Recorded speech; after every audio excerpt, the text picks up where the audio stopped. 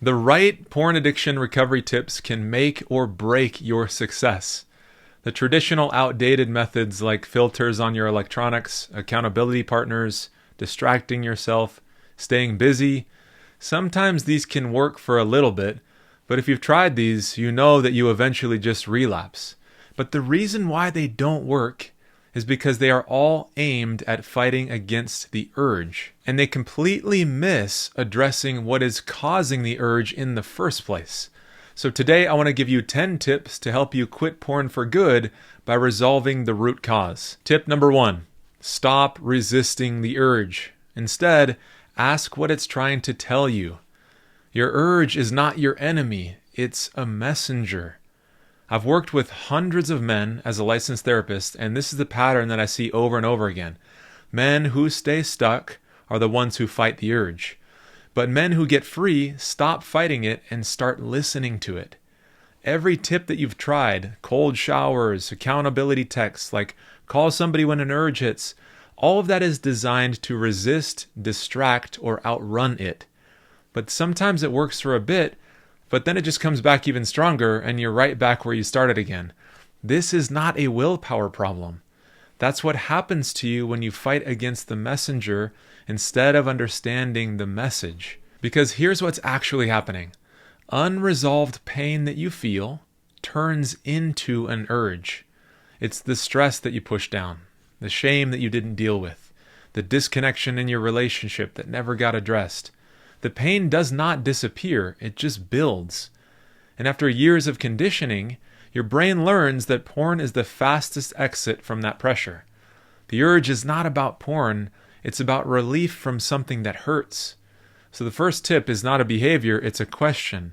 When the urge shows up, instead of immediately going to war with it, just pause for like 10 seconds and ask, what is hurting right now? Or what's unresolved that I haven't dealt with? That question is the beginning of actually solving this. And if you want some specific guidance on how you can identify the root cause of your urges, I put together a free guide that walks you through how to find and fix the root cause of the urges. You can download it for free. Just click on the link below in the description if that sounds like something that would be helpful for you. Tip number 2, identify which category your urge is coming from before you react. Here's something central to my philosophy. Not all urges are the same.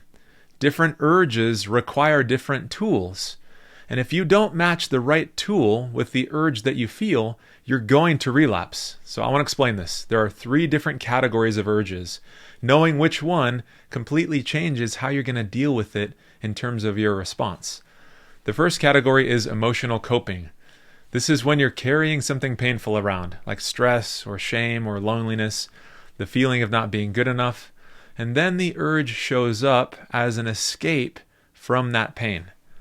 The second category is habit. This one has nothing to do with emotion. It's just a conditioned loop. A certain time, a certain place, certain situation, your brain fires the old automatic pattern. Like late at night, if you're alone on the couch with your phone, your brain doesn't even need a reason. It just runs the routine. The third category is it's a normal physical desire.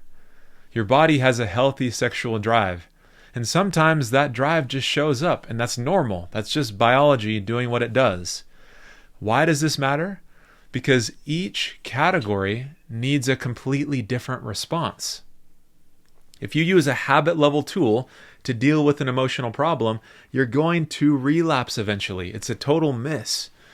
If you treat the physical urge like it's a deep emotional wound, then you're going to overcomplicate something really simple. 10 seconds of an honest assessment. When you feel an urge, you're identifying which category is this coming from, and then it tells you exactly what steps to take so you can resolve it instead of just trying to resist it. Tip number 3, name the emotion before it has a chance to become an urge. The previous tip is all about reading the urge when it arrives, but tip number 3 is about catching it before it builds and turns into an urge. Urges sometimes feel like they come out of nowhere, but they don't. They're at the end of this chain of dominoes, the result of pressure that's been building, sometimes for hours or days. The argument that you had that morning, the pressure at work that you didn't resolve, the moment that your wife felt a little distant and you didn't know how to deal with it and you didn't know how to talk about it. Each of those moments adds weight. And if nobody taught you how to process that weight in the moment, then it just sits. And when it sits long enough, it converts into an urge. So the tip here is to build the habit of checking in with yourself internally once or twice during the day. 3 things that you can check on. Am I carrying stress that I haven't dealt with? Am I feeling shame about something? Or am I disconnected from the people that I care about? If you answer any one of those questions as yes, then you can do something about it. You have a conversation, address the situation, name the feeling to somebody that you trust. The pressure releases before it ever even has a chance to turn into an urge. By doing this, you're not fighting the flood that's at your front door. You're shutting off the water way upstream. Tip number 4, resolve the pain. Don't just redirect the urge. This one challenges something that almost every porn addiction recovery program teaches. So I want you to stay with me here. The typical advice when you're failing and not making progress is to find a healthier coping mechanism. Instead of porn, turn to exercise. Find a hobby. Do something creative. Channel that energy into something productive. And when men do this, they feel better for a little bit, but then they notice something. They're still escaping. They're still avoiding, even if it is with a healthier outlet. If you've ever felt like you've made progress with your porn addiction, but then you find yourself watching YouTube for multiple hours or scrolling social media or eating when you're hungry, it's because the underlying issue isn't resolved. You're just switching coping mechanisms. The negative feelings that you're trying to escape, they're all still there. Swapping one coping habit for another is like mopping a floor that's been flooded without turning the faucet off. You can mop forever. The floor just stays wet because the underlying problem isn't resolved. So the tip is this. When you catch yourself reaching for an escape, not even just porn, use it as information. Ask yourself, what am I running from? That is the pain that's worth resolving. And when you resolve that pain, you don't need to escape anymore. Tip number 5, please stop talking to yourself like a critic and start talking to yourself like a coach. Most men are so hard on themselves, especially after a slip. They tell themselves that they're weak, they're pathetic, they'll never change. And maybe the logic makes sense on the surface. If I feel bad enough about this, maybe I won't do it again. But the research just does not back that up. And what I've seen in my practice as I work with men directly, it actually is the opposite. The shame that follows a slip often is the strongest trigger for the next one. And here's why. Shame is more emotional pain. And like we were talking about earlier, unresolved pain turns into an urge. So the brutal self-criticism that you're using to try and stop the pattern is actually feeding the pressure that generates the next urge. You're accidentally fueling the cycle that you're trying to break. Kobe Bryant shot multiple air balls in his first NBA season. He did not tell himself that he was an imposter, that he wasn't enough, he didn't beat himself up. He analyzed what was going on and discovered that his missed shots were due to fatigue. And once he realized that, he just changed his training routine, increased his endurance, and then he got better. That's the difference between the critic and the coach. The critic says, you're the problem. The coach says, what's the skill that you're missing, and how do we develop that? So if you find yourself spiraling after the next slip, try this instead. Remind yourself, this is not who I am. Rather, what was it that I was carrying that led me here, and how do I resolve that underlying issue? Tip number 6, separate who you are from what you did. If there's one shift that can change everything, this is the one. The recovery world hands men this identity of you're an addict. They give it to you early and often. And it's meant to help, but the reality is it creates more of a problem. The damage is unintended, but here's what happens. An addict is stuck by nature. It's who he is. And an addict just has to manage symptoms forever. An addict counts the number of days they've been clean. They can never let their guard down. Because if this is who you are, the best hope that you have is just to manage this problem for the rest of your life. But that's not true. You don't have this character flaw. You have learned a coping pattern. At some point, maybe when you were young, you discovered that porn was relief from pain faster than anything else. So your brain started to do what brains do. They find the fastest path to relief. That is not your identity. It's a conditioned response. And a conditioned response can be reconditioned once the pain underneath is actually resolved. So the practical version of this tip is when you make a mistake, don't ask, what's wrong with me? Ask, what was I carrying? And what skill do I need to handle this differently next time? That question keeps you in the game. The other one knocks you out of it. Tip number 7. Add friction to the highest risk moment. We've focused on the internal side of things up until this point, the last 6 tips. Now I want to talk about some external things. And this is one important thing, is that both need to be a part of your process. That there is an internal emotional level and an external habit level. And both need attention. I started with the emotional one earlier in the video because that's the one that most programs completely miss. On the habit level, though, I want to give you some ideas, but I want to have you think about this in a certain way. Charging your phone across the room, using a filter, removing an app from your phone, those are not punishments for bad behavior. They are environment design. You aren't the problem. Your setup is. If you're alone every night at 10 p.m. with your phone, the dopamine in your neural pathways in your brain, they're so strong. And you're putting willpower in charge of trying to redirect it. The key is to add friction to the dopamine pathway to porn before you even need it.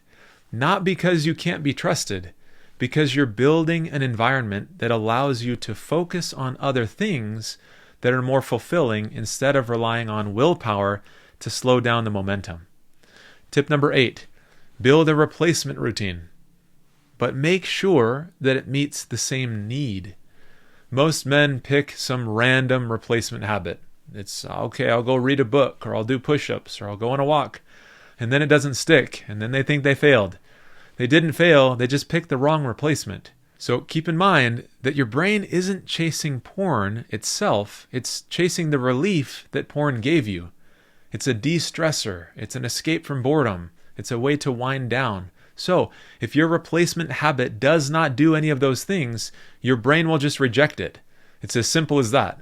So before you pick a replacement routine, I want you to ask yourself a question. What was porn actually giving me in that particular moment? If you answer that honestly, then you can find something that meets the need, but do it in a healthy way. Tip number 9, redefine what accountability actually means. Accountability partners are almost universally recommended when trying to quit porn. And yes, connection matters. I don't want to dismiss that because that is so helpful. But the standard version of accountability has some serious issues. An accountability partner is typically used as a way to report when you're feeling triggered. But that's more of this like surveillance strategy that doesn't really resolve the root. Real accountability is not surveillance. It's an honest, emotional conversation. A person that you can call not just when you're about to slip, but when you're carrying something heavy that you haven't processed yet. Like when the stress starts to build, when you're feeling disconnected, something weighing you down. That kind of conversation resolves pressure before it turns into an urge. That kind of accountability gets out ahead of the problem, and that's a really good thing. Tip number 10. The goal is not a longer streak. It's a life where the urge loses its power. So many programs measure success by the same way. How many days clean are you? The longer the streak, the better you're doing. Yes, we do want momentum, of course, but if that's the only thing that's happening is that your streak is getting a little bit longer, but all the pain underneath is still unresolved, all you're doing is just building a longer white-knuckling session. Real freedom isn't getting stronger at resisting the urge. It's you building the internal skills to process and resolve the pain before it turns into the urge. In fact, I worked with a man who was in my 12-week program, and after he finished, he sent me an email. And he gave me an update, and he said that he forgot he was even dealing with an addiction in his past because it was so far out of his mind. He was just doing his day. He was just living life without being hypervigilant all the time because he was able to address the root cause. So when you deal with the root cause, the urges will actually go away because the source has been taken care of. And yes, that is available to you, not someday, but as soon as you start working on the root instead of the symptom. So here's the one thing that I want you to take away from this video. Every tool or every tip that hasn't worked for you has stopped for the same reason. It was designed to manage the urge. But like we've talked about, the urge wasn't the problem. It was the end result of pain that never got addressed. Unresolved pain turns into an urge. That's why you need a solution that addresses the pain and works through it long before the urge even shows up. And if you want some more tools and strategies to quit porn for good, subscribe to my channel, and I can't wait to see you on the next video.